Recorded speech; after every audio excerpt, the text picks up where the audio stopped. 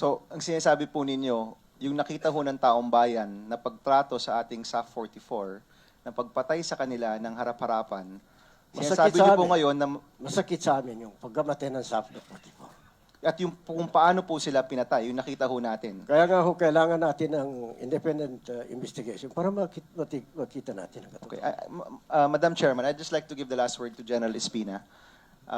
Yesterday po, meron kayong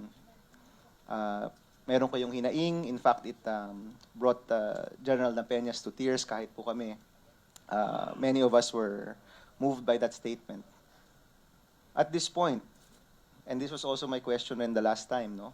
Ano pa rin po yung hustisya na hinahanap po ng ating kapulisan dito po sa nangyari? Alam niyo po, katulad po nung nasabi ko noon pa, tagal ko na pong nilagay ang sarili ko doon sa paanong humahanap po ng hustisya. Doon ho malalaman nyo na eh. Katulad nung pamilya, ano ho ba ang gusto nilang mahanap? So that we'll have a good perspective of what real justice are we seeking.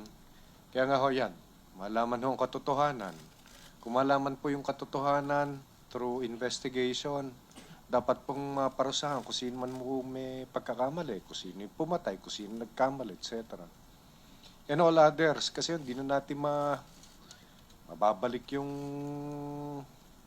nagwan po ng injustice.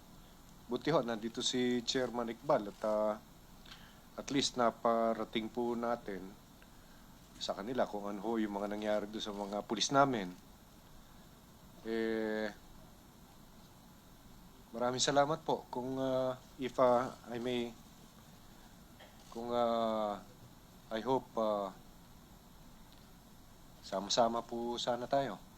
44 po yung aming namatay. Sabi nyo sa inyo, 18. Pero we have